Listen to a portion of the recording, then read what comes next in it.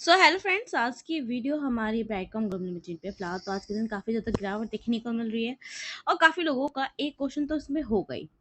Question ये है कि इस पे शेयर में क्लैरिटी कब आएगी, कब ये भागेगा।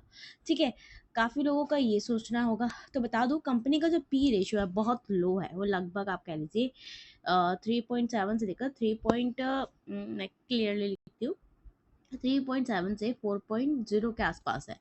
बुक वैल्यू पर भी शेयर 43 रुपये, मतलब, लेकिन स्टॉक आप देखोगे तो 14 रुपये में ट्रेड कर रहा है। ठीक है, बुक वैल्यू उसकी 43 रुपये देखने को मिलती है।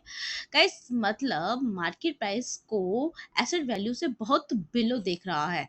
डेप्थ ऑलमोस्ट इसका जीरो है, जो कि एक अच्छी बात है। कंपनी पास्ट में एक टाइम में ट्रेडिंग सस्पेंशन में थी, ये आप सब लोग जानते हैं। और रिस्ट्रिक्शन भी लगा हुआ था, जिसकी वजह से कॉन्फिडेंस काफी हिट हुआ है इन्वेस्टर्स का। सो गाइस, रिसेंट न्यूज ये है कि कंपनी ने एक प्रोमिनेंट डिफेंस साइंटिस्ट को एडवाइजर बनाया है, जिससे कि इन्वेस्टर्स इंटरेस्ट बढ़ा रहे हैं। और आपको पता है डिफेंस सेक्टर में भी हमें इनका कहीं ना कहीं वर्क देखने को मिल रहा है। सो गाइस, क्या क्या पॉइंट्स हो सकते हैं जिसकी वजह से शेयर में मतलब एक बूस्ट आ सकता है। सो उस बूस्ट के लिए, मतलब आप ये कह लीजिए, लगभग जो बूस्ट है उसके लिए क्या क्या करना पड़ेगा कंपनी को। फर्स्ट ऑफ ऑल, अगर कंपनी, मतलब अगर वो अपनी अर्निंग्स को इम्प्रूव कर लेती है, रिवेन्यू ग्रोथ को, अगर कंपनी अगले क्वार्टर में स्ट्रॉन्ग परफॉर्मेंस दिखाए तो मार्केट वैल्यूएशन इम्प्रूव हो सकती है। कई इन्वेस्टर स्टॉक से दूरी बनाए हुए हैं ड्यू टू पास्ट रीजन। अगर मैनेजमेंट क्लियर हो तो मतलब ट्रस्ट बढ़ेगा। जैसे डिफेंस साइंटिस्ट का अपॉइंटमेंट होना, ये सब चीज़ें काफ़ी अनाउंसमेंट अगर जो शुरू होते हो तो इससे भी इसको एक तरीके से आप कह लीजिए बूस्ट मिल सकता है।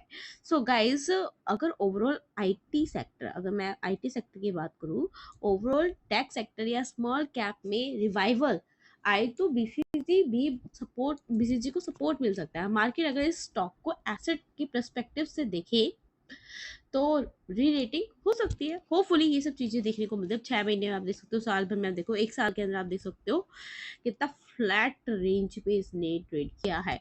ठीक है गाइस, अगर मैं शॉर्ट टर्म के व्यू से बात करूँ 3 से 6 महीने के लिए, तो तेजी ज्यादा ड्रामेटिक होने की उम्मीद नहीं है। लेकिन अगर company strong quarterly numbers they तो लगभग 20 से लेकर 30% तक का मूव आ सकता है।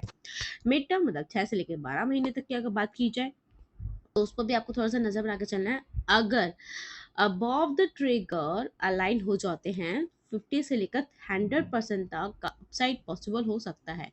सो गाइस, अगर लॉन्ग टर्म की बात की जाए तो 1 से लेकर 2 साल, मतलब अगर बिजनेस फंडामेंटल इंप्रूव करते हैं और मार्केट कॉन्फिडेंस वापस आता है तो स्टॉक बुक वैल्यू के करीब या उसको क्रॉस भी कर सकता है। तो होपफुली चीजें क्लियर हो गई होंगी। चलिए, मैं आपको थोड़ा सा मार्केट पे नजर डालना चाहती हूँ कि आप देखोगे कि निफ्टी में आज डाउन देखने को मिला है, सेंसेक्स में भी काफी हड़बड़ी आप कह सकते हो देखने को मिली हुई है। तो रीजन क्या है मार्केट का? देखिए, एक सबसे पहली बात यह है कि यूएस ने नए वीजा H1B एप्लीकेंट के लिए फी बढ़ा दी है और सिलेक्शन प्रोसेस में जुगाड़ करने का प्लान बनाया है, जिससे कि इंडियन आईटी कंपनीज को नुकसान हो सकता है। इस वजह से आईटी स्टॉक पे प्रेशर आ रहा है। और काफी सारे एफ आप ये कह लीजिए एफआई जो है ना, जो एफ पी आईज हो गए और एफ आई आई हो गए, इन्होंने अपनी मतलब बिकवाली स्टार्ट कर रखी है, जिससे मार्केट में एक लिक्विडिटी कम हुई है और सेंटीमेंट नेगेटिव हुए हैं। ग्लोबली क्यूज की बात करें तो वो भी काफी ज्यादा वीक है। दुनिया के मार्केट में वीकनेस है, यूएस मैक्रो डाटा ठीक नहीं लग रहा है और इन्वेस्टर्स रेट डिसीजंस, इन्फ्लेशन वगैरह को लेकर भी कॉशियस बने हुए हैं। तो इस सेक्टरल वीकनेस चल रही है। बहुत सारे सेक्टर्स आज के दिन रेड जोन में भी थे। रियलिटी सेक्टर खासतौर पे ज्यादातर गिरे हुए थे। आईटी स्टॉक से भी एक प्रेशर था। तो अगर वैल्यूएशन करने चल भी, क्योंकि कुछ स्टॉक्स में आपको ये चीजें पता होती कि जब वैल्यूएशन काफी ज्यादा हाई चला जाता तो उसके अंदर भी एक प्रेशर बन जाता है। होपफुली चीजें क्लियर हो गई होंगी आप लोगों को। कुछ भी डाउट हो कमेंट करो, definitely I will help you. And हाँ, मेरी शेयर में किसी भी शेयर को खरीदने बेचने की सलाह गाइस नहीं दी जाती है।